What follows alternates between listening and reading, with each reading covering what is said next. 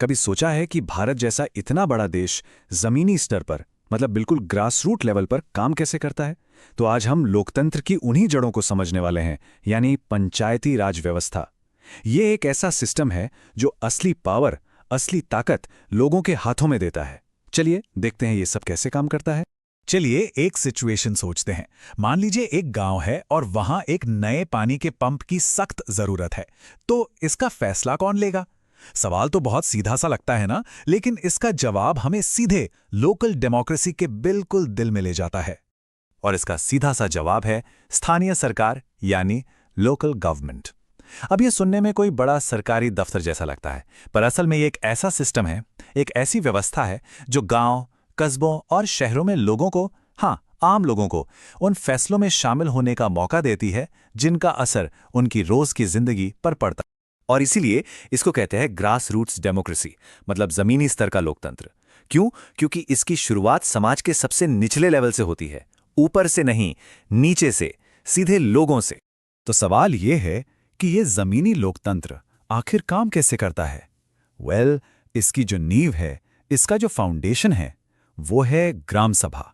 और यहीं से असली पावर शुरू होती है। ग्राम सभा ये आखिर है क्या? सिंपल भाषा में ये गांव के सभी एडल्ट सिटीजन्स की एक मीटिंग है। यानी हर वो इंसान जिसकी उम्र 18 साल या उससे ज्यादा है, वो इसका हिस्सा है। सोचकर देखिए, यही चीज हमारे पूरे डेमोक्रेटिक स्ट्रक्चर की बुनियाद है। और इनके पास पावर, वाओ! ग्राम सभा के पास सच में काफी ताकत है। ये गांव का बजट अप्रूव करती है, जो पंचायत काम कर रही है उस पर सवाल उठा सकती है, डेवलपमेंट के लिए नए आइडियाज दे सकती है, और हाँ, करप्शन पर भी नजर रखती है। इन्हीं सब चीजों से तो लोकतंत्र मजबूत और ट्रांसपेरेंट बनता है ना? ठीक है, तो ग्राम सभा ने तो फैसले ले लिए, लेकिन इन फैसलों को जमीन पर उतारेगा कौन? इन्हें लागू कौन करेगा? इसके लिए एक पूरा ऑर्गेनाइज स्ट्रक्चर है, एक ऐसा सिस्टम जो नीचे से ऊपर की तरफ काम करता है। चलिए देखते हैं इसको। इसी सिस्टम को हम कहते हैं पंचायती राज, और इसके 3 लेवल्स हैं, 3 स्तर। सबसे पहले बिल्कुल गांव के लेवल पर आती है ग्राम पंचायत। फिर जब कई गांव मिल जाते हैं तो उनके ऊपर ब्लॉक लेवल पर आती है पंचायत समिति, और सबसे ऊपर पूरे डिस्ट्रिक्ट के लिए, पूरे जिले के लिए होती है जिला परिषद। और हर लेवल का अपना एक स्पेसिफिक काम है। जैसे ग्राम पंचायत है, वो पानी, सड़कें, सफाई जैसे रोजमर्रा के काम देखती है। फिर आती है पंचायत समिति, जिसका काम है ग्राम पंचायतों के काम को सुपरवाइज करना और डेवलपमेंट प्लान्स को लागू करना। और सबसे ऊपर जिला परिषद, वो पूरे डिस्ट्रिक्ट के डेवलपमेंट की प्लानिंग करती है और जो बड़े फंड्स होते हैं उन्हें मैनेज करती है। तो देखा जाए तो ये तीनों एक टीम की तरह काम करते हैं। लेकिन एक सवाल उठता है, ये कैसे पक्का किया जाए कि ये पूरा सिस्टम फेयर हो, असरदार हो? इसके लिए ना 2 चीजें बहुत जरूरी हैं। एक है रिप्रेजेंटेशन, यानी प्रतिनिधित्व, और दूसरा पैसा, यानी फंडिंग। और यहां एक बहुत ही जरूरी बात सामने आती है। हमारे संविधान में यह तय है कि पंचायतों में कम से कम 1/3, यानी 1/3 सीटें महिलाओं के लिए रिजर्व्ड होंगी।